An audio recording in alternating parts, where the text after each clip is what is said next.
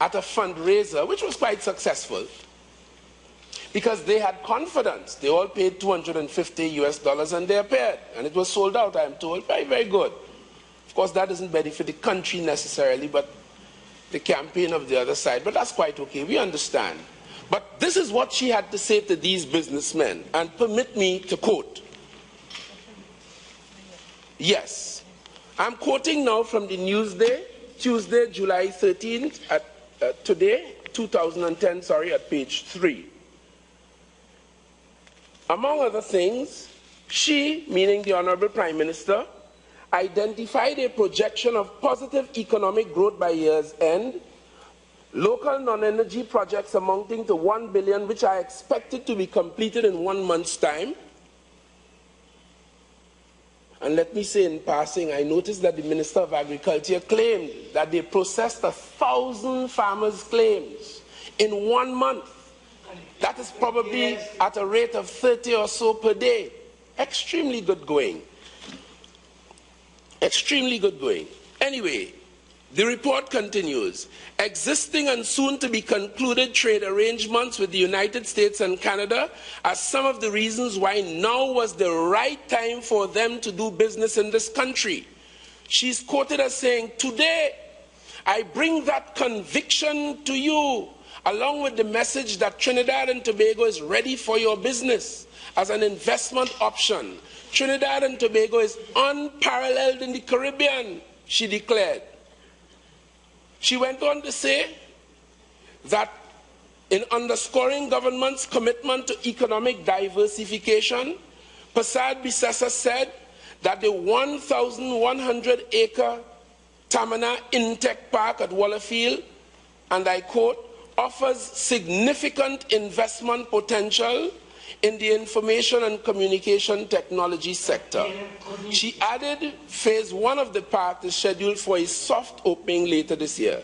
She added further that a strong, stable democracy, skilled workforce, a vibrant financial system, duty exemption, tax-free holidays, being a one-stop approval office, being a central transshipment center in the Western Hemisphere, real GDP growth of 8% over the last decade, all combined to make Trinidad and Tobago the destination of choice for the discerning investor.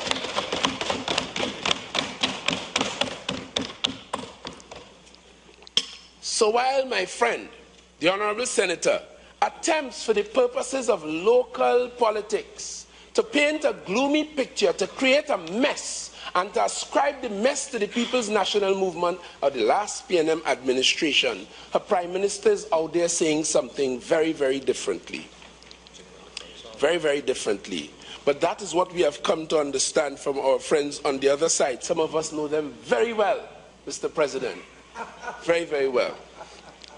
Mr. President, I have heard, and I think it came from the mover of the motion, the Honorable Minister of Planning and Development. The Minister told us, and you know I was quite surprised to hear it coming from the Honorable Minister, given the office that she holds, given the importance of given the attachment that people would put to statements coming from a Minister of Government, particularly one who served on the independent bench, and more so one who is an economist by profession. She very glibly joined many unwary and unwitting people to say 300 million over the last 7 or 8 years and nothing to show for it. I don't think she added those words, but that is what is said on the outside. Nothing to show for it. Well, I know you didn't add those words, but that is what is being said on the outside. May I repeat? $300 million the PNM spent and nothing to show for it. Yes, yes. 300 billion, yes, yes. Mr. President, I want to reflect on the appropriation bill, an act to provide for the service of Trinidad and Tobago for the financial year ending the 30th of September 2007. I'm just going back a little bit came to be known as Act number 27 of 2006. In this we find a schedule which showed all the different departments or heads or ministries and the allocations for them. While I prepare myself for that, I want to say, Mr. President, that some of the things that were done with that $300 billion are intangible things, things you wouldn't see, like the buildings I just heard some of my friends talking about. Take for an example, the Ministry of National Security. Some of the expenditure would have been on tangibles and others not. Salaries and emoluments and allowances and lots of things. And I am told by one who should know.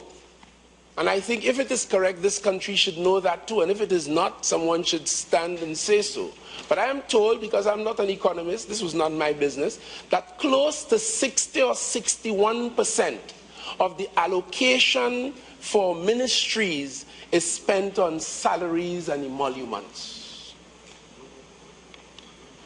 I'm told that by a recently retired permanent secretary. And it was a startling revelation to me. So when we see, for example, as I'm quoting here, $2.9 billion allocated to the Ministry of National Security in 2007, a large part of that is spent on salaries and emoluments. But the figure was $2.9 billion. That was part of the $300 billion that my friends are glibly talking about. $3 billion, $3.375 billion on education for that period, for that fiscal year.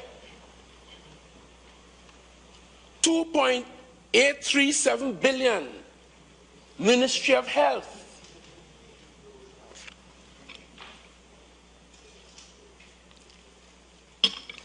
I'm just saying this for the benefit of those outside of this house who may not understand this and who may cleave to that very glib and misleading suggestion that somebody spent $300 billion and there's nothing to show for it.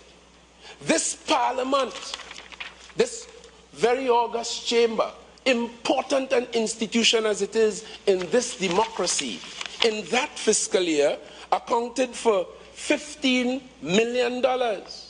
And everyone in here, for the short time that some of us have been, I had the good fortune to be here for close to 13 years before this opportunity or this outing. Everyone would know that that is reflected in the very professional service that we gain from the Parliament staff.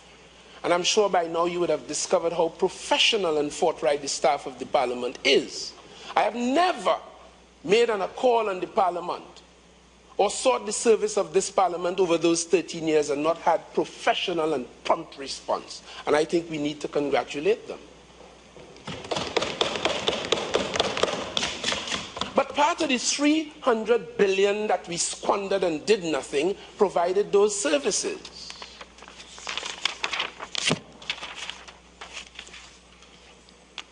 $1.9 billion. Ministry of Works, and so the list goes on. So I hope that, at any rate, Mr. President, from this chamber, not one of our colleagues on either side would ever be heard to say that again, because it has effect on the minds of people out there. It does. And when I heard the Honorable Senator a while ago going through these gloomy statistics, Mr. President, could you remind my friend that we are in another place?